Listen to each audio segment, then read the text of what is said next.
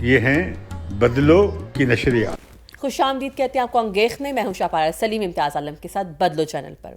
اگر آپ نے ابھی تک چینل کو سبسکرائب نہیں کیا سبسکرائب کر لیجئے, بیل آئیکن پریس نہیں کیا تو پریس کر دیجئے. اور ٹرانسپیرنسی انٹرنیشنل کی رپورٹ کے مطابق عمران حکومت مسلسل 3 سالوں سے جو ہے اس میں پاکستان کرپشن میں آگے بڑھتا چلا جا رہا ہے. مسلم لیگ نون کے دور تک جو ہے وہ تقریباً ہم 117ویں نمبر پر تھے, لیکن پی ٹی آئی حکومت میں یہ 2019 میں ہم 120ویں نمبر پہ گئے.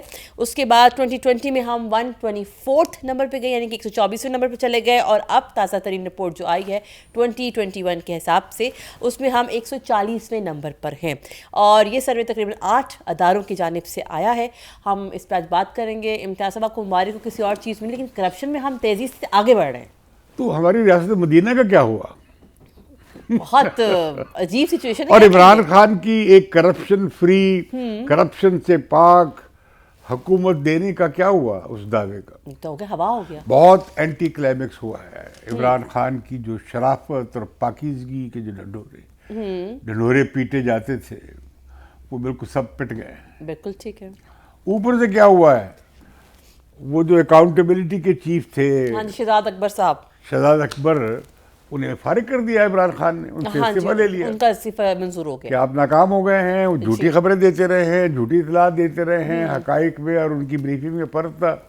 اچھا, وہ جو سب باغ دکھاتے رہے عمران خان کو کہ آج شہباز شریف کو اور کل نواز شریف کو اور 2 دن کے بعد زرداری کو گھسیٹ رہے ہیں, ہاں جیل میں ہوں گے اور سزا دلوا دیں گے, وہ سب ناکام ہو گیا. پھر یہ خبر پہنچی وزیر اعظم کے پاس کہ ان کے قانونی کسی مشیر نے اور انٹیلیجنس کے ذرائع نے بتایا کہ بھئی مریم نواز تو بری ہو رہی ہیں ایون فیلڈ کیس پہ, ان کے خلاف تو کیس ہی نہیں ہے, اور لگتا یہ کہ الگ الیکشن لڑے گی.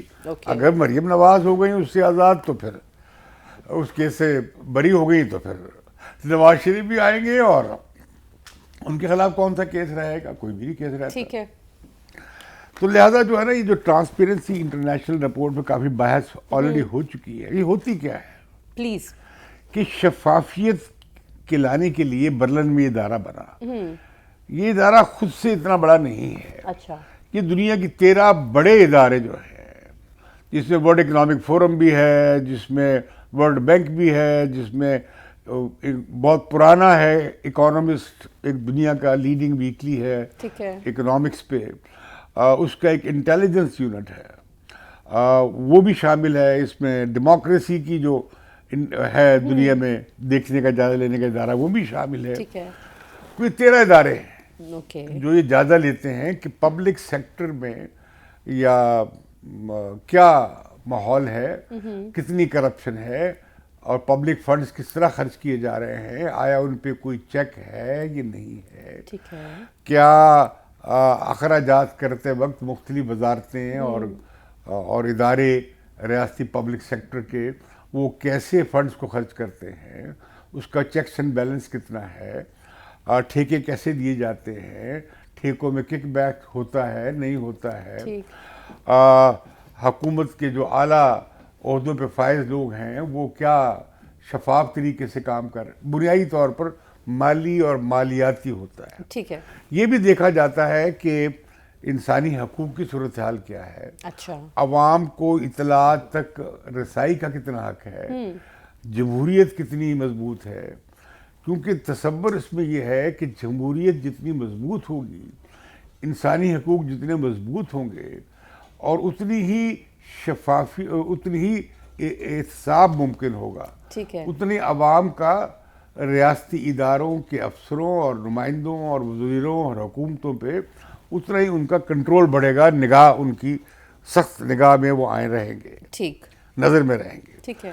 اور اگر انہیں حقوق ہی نہیں ہوں گے تو ظاہر ہے کہ پھر وہ نہیں ہو سکتی, اور اگر آزادیاں نہیں ہوں گی تو پھر شفافیت بھی نہیں ہوگی کہ ٹھیکوں میں کیا ہو رہا ہے.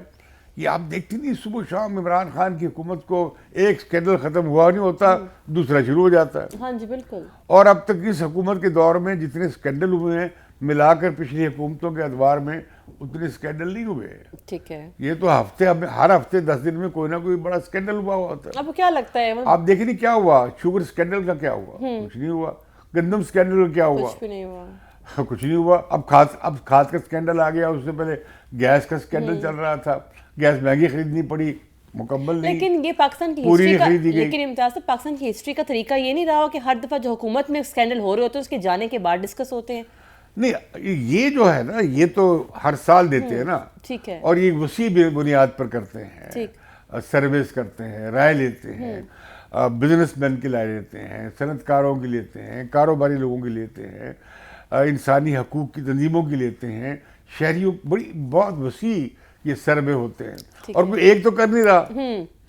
اب انہیں جو ہمارے پاکستان کے حوالے سے جو سروے کیا گیا ہے اس میں 8 اداروں نے کام کیا ہے. بالکل.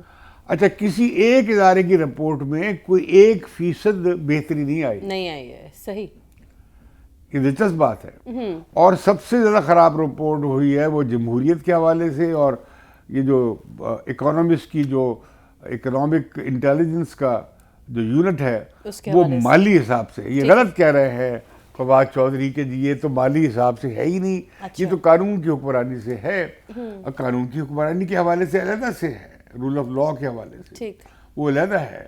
کیونکہ پاکستان کا جو رینکنگ ہے دنیا میں, اب پاکستان دنیا کے بدترین ممالک میں ہے صحافت کی یا میڈیا کی آزادی کے حوالے سے. بالکل ایسے ہی. پاکستان عدلیہ کی آزادی اور انصاف کے حوالے سے بھی دنیا میں برا شمار ہوتا ہے. پاکستان حکومت کی شفافیت کے حوالے سے بھی دنیا میں برا شمار ہوتا ہے. تو مجھے یہ بتائیے کہ اب جس رپورٹ کے بعد جو ہے جو بیرونی انویسٹمنٹ آنے کے چانسز ہیں اس کے کیا حالات وہ سب دیکھیں نا, یہ رپورٹ سب کی سب, ہم اس میں دنیا بھر کی کمپنیاں اور سرمایہ کار ان سب رپورٹوں کو بہت اہمیت دیتے ہیں. ٹھیک ہے. اور دنیا کی تمام بڑے چیف ایگزیکٹو آفیسر جو ہے ان کے پاس یہ رپورٹ جاتی ہے, ان کی پلاننگ میں جب وہ سرمایہ کاری کرتے ہیں. یہ صرف ایک ملک کی نہیں ہے, 180 ملکوں کی رپورٹ ہے. صحیح. یہ پاکستان سے متعلق نہیں ہے صرف, یہ دنیا بھر سے متعلق ہے.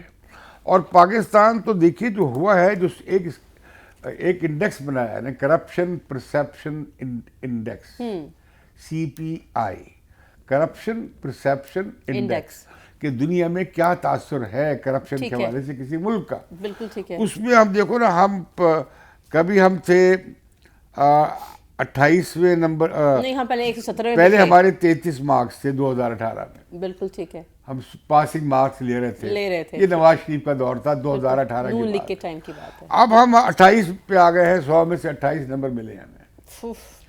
اور ہمارا شمار ہوتا ہے ہم کتنے درجے کم ہوئے ہیں, 23 درجے کم ہوئے ہیں جب سے نواز شریف کی حکومت گئی. اس کے بعد پاکستان زیادہ کرپشن کرنے والے 50 ملکوں میں پاکستان کا 41واں نمبر ہے. اس کا مطلب ہے کہ جو عمران حکومت کہتی تھی کہ نواز شریف وغیرہ نے کرپشن کی ہوئی ہے اور پیسہ باہر لائیں گے, تو ان کی حکومت میں اتنی کیسے بڑھ گئی اگر یہ ان کا احتساب کرنا؟ دیکھیں نا, بنیادی طور پہ کرپشن جو عمران خان نے بنایا نا, کہ چند لوگ ہیں جو کرپشن کر لیتے ہیں, اور یہ چند جو اوپر بیٹھے ہوئے لوگ ہیں ان کی میں اس سے ختم کرنے آیا ہوں. ٹھیک ہے.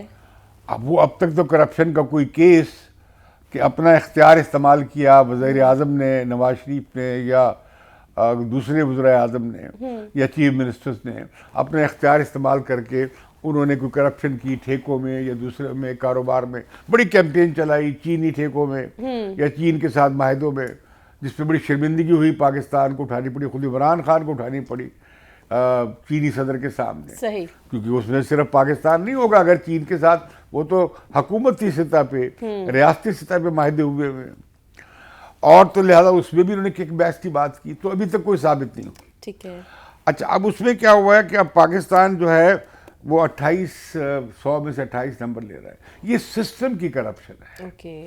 اور اس حکومت کے دور میں تو وزراء, ایڈوائزرز کتنے بدلے گئے ہیں. دیکھیں نا, فارماسیوٹیکل کے حوالے سے جو ان کا وزیر صحت کا مشیر تھا اسے جانا پڑا, آئل کے حوالے سے جو توانائی کا مشیر تھا دو کو جانا پڑا, گندم کے اس میں کوئی گیا نہیں لیکن وہ کابینہ میں لوگ بیٹھے ہیں, چینی کے اسکینڈل کے حوالے سے کابینہ میں لوگ بیٹھے ہیں, وزراء ہیں جن کے بارے میں جنہوں نے فائدہ اٹھایا ہے سب کا. یہ گیس کے حوالے سے جو اسکینڈل آیا ہے, یا اب یہ جو کھاد کے حوالے سے آ رہا ہے. آپ کہہ رہے ہیں کہ سسٹم کی کرپشن ہے, جو پی ٹی آئی کے فینز ہیں وہ یہ کہتے ہیں کہ پورے دیکھیں نا سسٹم, مسئلہ یہ ہے کہ یہ انہوں نے ذاتی بنا دیا. ٹھیک ہے. انہوں نے سارا کرپشن کا معاملہ بنا دیا مخالفین کے حوالے سے. اور عام طور پہ ہم نے کیا دیکھا ہے پاکستان میں, جب بھی سیاستدانوں کے خلاف جمہوریت کے خلاف کیمپین چلائی جاتی ہے اور آج کا بڑی چلائی جا رہی ہے, ہاں جی, اس میں لوگ کیا کہتے ہیں, وہ سیاستدانوں کی کرپشن. بھائی ایوب خان کی کرپشن کو کیوں بھول گئے؟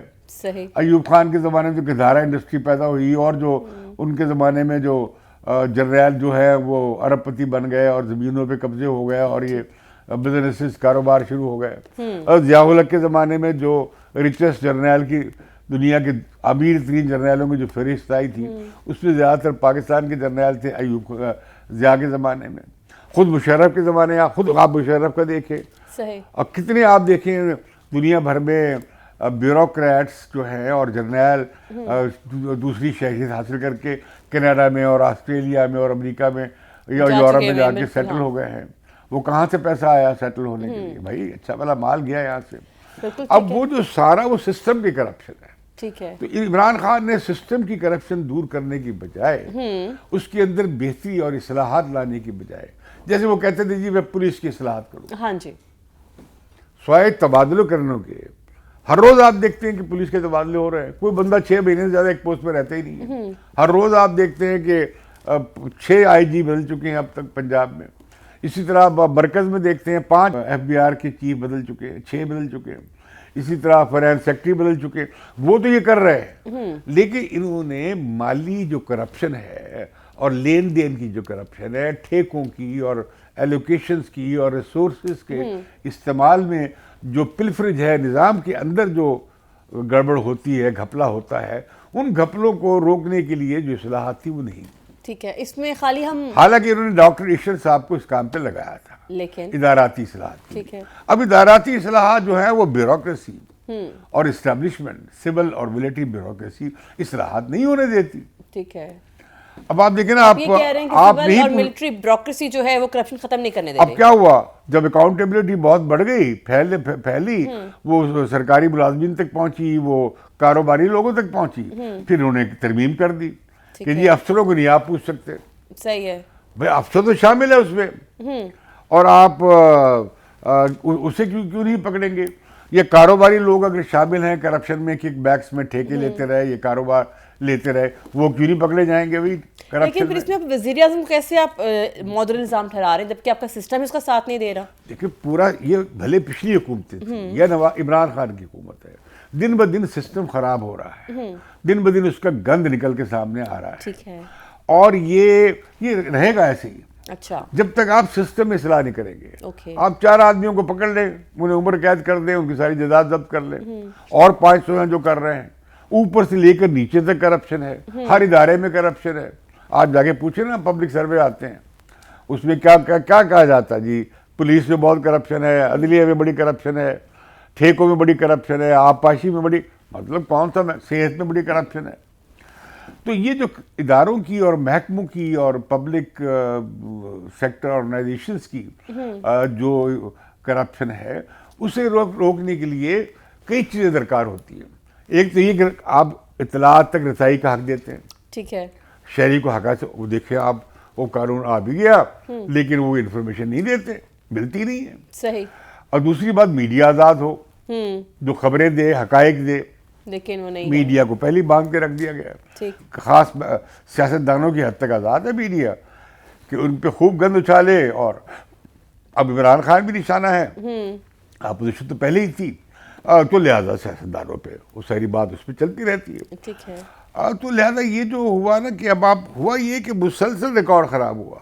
اچھا. 2018 میں جب نواز شریف کی حکومت گئی تو یہ جو تھی ہمارا پاکستان کا نمبر جو تھا 117 کے قریب تھے ہم لوگ. ہاں, 117 نمبر پہ 3 سال رہا. ہاں جی بالکل. 1 سال نواز شریف کے دور میں ہم 116 نمبر پہ بھی آئے. ٹھیک. وہ بھی کوئی اچھی نہیں ہے, نہیں ہے, لیکن پھر یہ ہم 117 سے اٹھ کر چلے گئے 23 درجے ہم گرے ہیں کرپشن کے معاملے میں. اچھا مجھے بتائیں, اب انہوں نے چینج کیا, 23 ممالک کو اور پیچھے چھوڑ گئے ہیں. اب مجھے بتائیں, شہزاد اکبر صاحب جو ان کا ریزگنیشن لے لیا, اب بریگیڈیئر مصدق عباسی صاحب آ رہے ہیں, کیا کہیں گے؟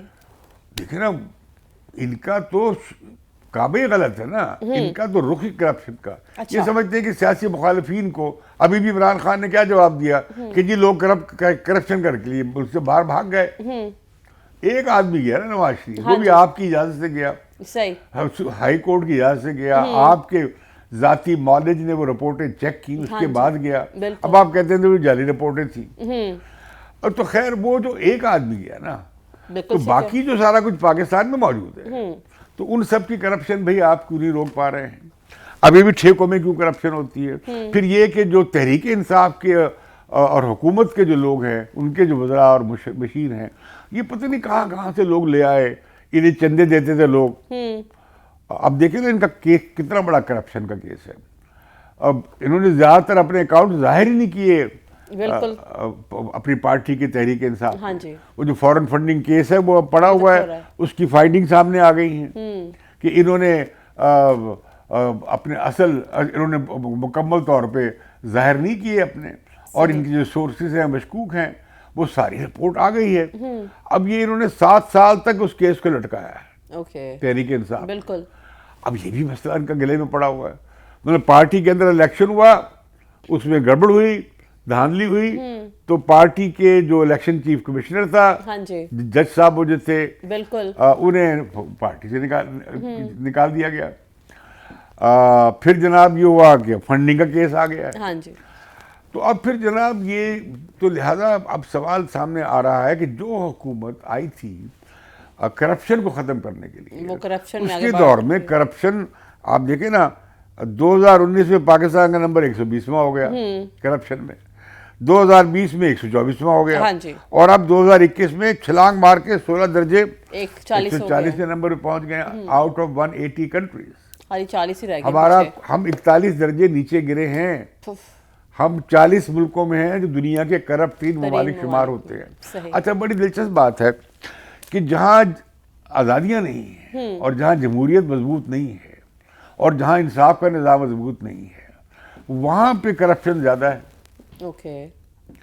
تو لہذا آپ دیکھتے ہیں کہ اس کے باوجود چائنا میں بنیادی آزادیاں نہیں ہیں، لیکن وہاں کرپشن کے خلاف بہت خوفناک مہم چل رہی ہے. ٹھیک ہے. یہ صدر جی چلا رہے ہیں. لیکن جو باقی دوسرے ملک ہیں جہاں آزادیاں نہیں ہیں، جیسے مصر ہے، جس طرح شام ہے، جس طرح میانمار ہے، جس طرح سوڈان ہے، یہ سارے ملک ہیں جہاں جمہوری آزادیاں نہیں ہیں، نہ جمہوریت مضبوط نہیں ہے، کرپشن بھی وہاں زیادہ ہے. جہاں جمہوریت زیادہ مضبوط ہے اور عوام زیادہ طاقتور ہیں، عوام کی زیادہ رسائی ہے اطلاعات تک، جہاں حکومت زیادہ شفاف اور کھلی ہے، اور جہاں تو وہاں پہ آپ دیکھیں گی کرپشن کم ہے. جیسے ڈنمارک ہے، جیسے آپ سویڈن ہے، جیسے ناروے ہے. یہ ملک جمہوری طور پہ بھی شفاف ہیں اور بہت تکڑے ہیں اور حقوق بھی بڑے مضبوط ہیں، اور وہاں پہ اکاؤنٹیبلٹی بھی سخت ہے. اس کا تعلق ایمان سے نہیں ہے. ہمارا سارا زور ذاتی لالچ اور طمع سے لگا دیتے ہیں. نہیں، ایسا نہیں. ساری سرمایہ داری ذاتی لالچ پہ اور نفع پہ اور طمع پہ قائم ہے. تو لیکن یہ جو حکومت اور ریاستی سطح پہ جو ہوتی ہے وہ سسٹم کی خرابی کی وجہ سے. قانون پر آپ سسٹم میں اصلاحات نہیں کریں گے تو اسی طرح پاکستان کا درجہ گرتا رہے گا اور خراب ہوتا رہے گا، اور اسی طرح پاکستان کا جو باہر تاثر ہے. لیکن امتیاز صاحب جو آپ بات کر رہے ہیں اس کا خلاصہ تو مجھے یہ سمجھ میں آتا ہے کہ سسٹم کی جو کرپشن ہے وہ سسٹم کے ادارے ہی اس کو نہیں ختم ہونے دیں گے، تو پھر تو کبھی نہ ختم ہونے سلسلہ نہیں. اس کا طریقہ ہے کہ آپ کو ایسے قوانین لائیں، چیکس اینڈ بیلنسز لائیں. لیکن قوانین بنانے والے ادارے بھی تو نہیں اس کا ساتھ دے رہے نا. پارلیمنٹ موجود ہے، عوام کی نمائندہ ہے، وہاں پہ یہ ساری تجاویز آتی ہیں، آ سکتی ہیں. اس پہ کئی اب کتنی پولیس ریفارم پہ کتنی تجاویز آ چکی ہیں، لیکن تجاویز آپ کی عملی اس پہ عمل درآمد یقیناً جو نظام ہے وہ سٹیٹس کو کا قائل ہے. یہ تو سٹیٹس کو توڑنے آئے تھے نا. یہ تو سٹیٹس کو کے بڑے زیادہ کرپٹ سٹیٹس کو کے اور بڑے نمائندے بن گئے ہیں. لیکن یہ ہوا ہے کہ جو عمران خان کا سارا بیانیہ جو ہے وہ تلپٹ ہو گیا، اور اس رپورٹ نے تو خاص طور پہ مسلسل 3 سال سے یہ جو دعویٰ تھا کہ سب سے ایماندار ترین حکومت آ گئی ہے اور عمران خان ایماندار ترین وزیر اعظم ہیں، اس سارے اس غبارے سے ہوا نکل گئی ہے. اور اس کے ساتھ ہی کیا ہوا ہے، دو اچھی بات کیا ہوئی ہے، وہ جو بہت تھے بڑے شہزاد اکبر صاحب دار بنے ہوئے تھے، وہ ان کا ریزگنیشن ایکسپٹ کر لیا گیا، جو ہمارے جسٹس قائد عیسیٰ صاحب کے خلاف بھی تفتیش میں آگے تھے ان کے خلاف کیس بلانے میں، وہ اب انہیں جانا پڑا کیونکہ یہ سارا کا سارا پروپیگنڈا تھا، سارا کا سارا سیاسی مقصد کے لیے تھا. تو ان سے کوئی سوال نہیں ہوگا کہ بھائی اب جواب دہ ہوں آپ نے کیا کریٹ کیا، بس ریزائن لے لیا ان کو چھوڑ دیا؟ وہ خاموشی سے عمران خان کے اور جو باہر سے اوورسیز پاکستانی سے جو ان کے طرح طرح کے نمونے وہ لے کر آئے ہیں، اس میں بڑے بڑے لوگ شامل ہیں. ہمارے اپنے پاکستان کے اندر کافی نمونے تھے، باہر سے درآمد کرنے کی ضرورت تو نہیں تھی. میں کہا پاکستان میں اپنے بڑے ہمارے پاس نمونے تھے جو کرپشن میں مددگار ہوتے، باہر سے لانے کی ضرورت تو نہیں تھی. باہر سے چندہ ملتا تھا نا. اچھا. اب جن لوگوں نے چندے دیے وہ پراپرٹی بزنس کر رہے ہیں، جن لوگوں نے چندے دیے انہیں وہ مختلف وزارتوں میں مشیر بن کے بیٹھ گئے. ایک پوری فوج ہے، کابینہ سے زیادہ مشیر ہیں اور ایڈوائزرز ہیں. وہ پتہ نہیں، پہلے تو ہوتا تھا کہ اسپیشل اسسٹنٹ جو ہے نا ٹو پرائم منسٹر 4 ہو سکتے تھے. آپ کتنے؟ آپ پتہ نہیں کتنے ہیں، اور وہ بدلتے رہتے ہیں. ٹھیک. ایک وزیر ایک کام کر رہا ہے، وہ بشیر کو دوسرا کام چلا رہا ہے، وزیر اعظم کسی اور کی سن رہا ہے. صحیح. اسی طرح ہم دیکھتے ہیں کہ انفارمیشن میں بھی آج اجلاس ہو رہا ہے، وزیر اعظم صاحب کر رہے ہیں کہ اس کا توڑ کیسے کیا جائے، اس کا جواب کیسے دیا جائے ایمنسٹی انٹرنیشنل کی رپورٹ کا. اب خیر سے اس کی پاکستان میں نائب صدر ہیں جسٹس ناصرہ جاوید اقبال، جن کے بیٹے سینیٹر ہیں پی ٹی آئی کے، وہ بھی بڑی پی ٹی آئی کی حامی تھی، لانے والوں میں تھی. وہ وائس پریزیڈنٹ ہیں، لیکن وہ مقامی وائس پریزیڈنٹ یا چیپٹر کا کوئی کچھ نہیں کر سکتا. یہ تو عالمی سطح پہ رپورٹ تیار ہوتی ہے، یہاں پہ حالات ٹھیک ہوں گے تو وہاں پر آپ کی رپورٹ ٹھیک بالکل. اور اس میں یہ ہوا ہے کہ اس میں جو مالی بے ضابطگیاں ہیں اور ملک کا جو خزانے کا جو استعمال ہے، جو ٹھیکے ہیں، جو بڑے بڑے ترقیاتی پروگرام ہیں، جو بڑی بڑی اسکیمیں ہیں، اس کے اندر جو ہے کرپشن کی، یہ مالی اور مالیاتی کرپشن کی نشاندہی کی گئی ہے. بالکل ٹھیک ہے.